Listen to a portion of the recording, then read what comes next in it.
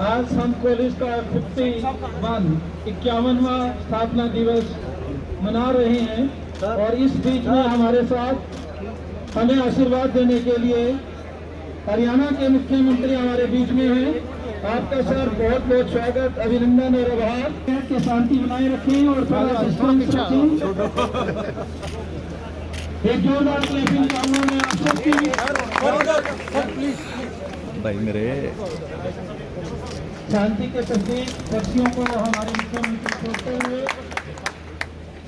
पीछे कुछ चेयर खाली हैं, आप सभी वहां पर जाकर बैठ जाए।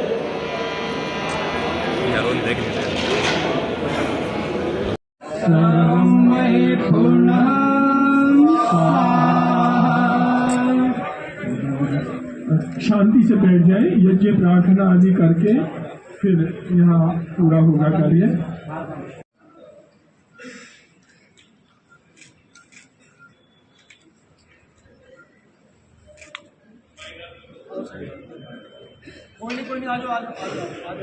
मेरा सीएम साहब बाइक के लिए इधर बना रखा छोटी सी दे दो ना सर। हमने हरियाणा कौशल मिशन के तहत 1 लाख से अधिक युवाओं को कौशल प्रशिक्षण देने का काम किया है, लेकिन युवा अपने पैरों पर खड़े हो सके इसके लिए लगातार हमारी सरकार विभिन्न क्षेत्रों के अंदर, चाहे हमारे युवा जो स्टार्टअप्स के अंदर काम कर रहे हैं या इंडस्ट्री, मेक इन इंडिया के माध्यम से इंडस्ट्री लगा करके हमारी सरकार का इस शिक्षा के माध्यम से लगातार ये प्रयास रहा है कि रोजगार मांगने वाला नहीं, रोजगार देने वाला बनाने की नीति हमने लगातार अपने इस निर्णय से हमारी सरकार आगे बढ़ करके कर रही है। मुझे ये भी खुशी है हमारे सभी होनहार विद्यार्थी यहाँ पर बैठे हैं। मैं आप सबको ये कहना चाहूंगा कि विद्यार्थियों के आगे गरीबी रोड न बने, इसके लिए हमने वित्तीय सहायता प्रदान करने के लिए पीएम विद्या लक्ष्मी योजना उसका शुभारंभ किया है, वो चलाई जा रही है। इसमें गुणवत्ता उच्च शिक्षा संस्थान में प्रवेश लेने वाले विद्यार्थियों को किसी प्रकार की कोई दिक्कत नहीं है। उसके लिए हमने, अगर बच्चा कोई पढ़ने के लिए आगे जाना चाहता है, बिना गारंटी के हमने उसको लोन देने की नियम भी इसके अंदर बनाए हैं, जो पीएम विद्या लक्ष्मी योजना के तहत, ताकि बच्चा कहीं भी जाकर के वो एजुकेशन प्राप्त कर सकता है।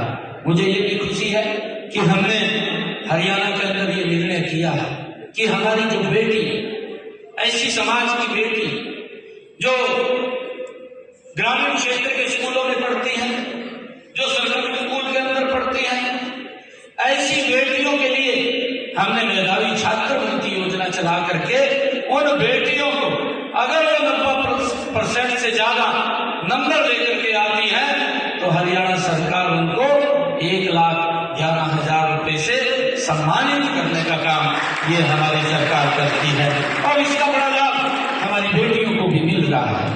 हमारा प्रयास है कि प्रदेश के हर युवा को उसके घर के आसपास उच्च स्तर की शिक्षा मिले।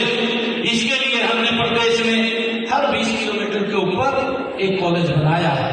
मुझे खुशी है बताते हुए कि पिछले 10 वर्षों के अंदर हमारी सरकार ने शिक्षा के क्षेत्र के अंदर बड़ी गति से काम किया है।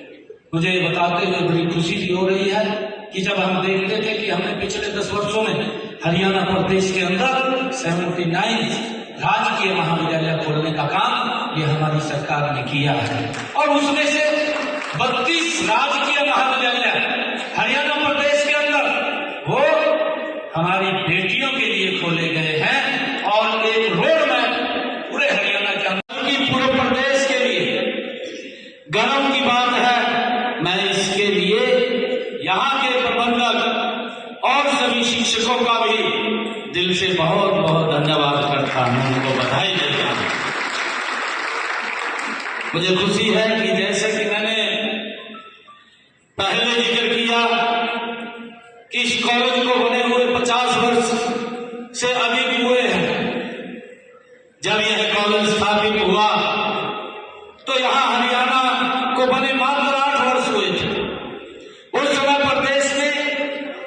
शिक्षण संस्थानों की बहुत कमी थी। सोचिए उस समय लाडवा कैसा कस्बा था। ये 1974 की बात है। लाडवा हमारा एक गांव के रूप में आज तो बहुत बड़ा है, बहुत प्रगति की है, परंतु उस समय एक छोटे से कस्बे के रूप में ये लाडवा था। और लाडवा ने उस समय इंदिरा गांधी नेशनल कॉलेज की स्थापना करना अपने आप में एक महत्वपूर्ण कार्य था। उन दिनों यहाँ के युवाओं को उच्चतर शिक्षा के लिए या तो कुरुक्षेत्र जाना पड़ता था क्योंकि यूनिवर्सिटी थी, या फिर यमुनानगर जाना पड़ता था।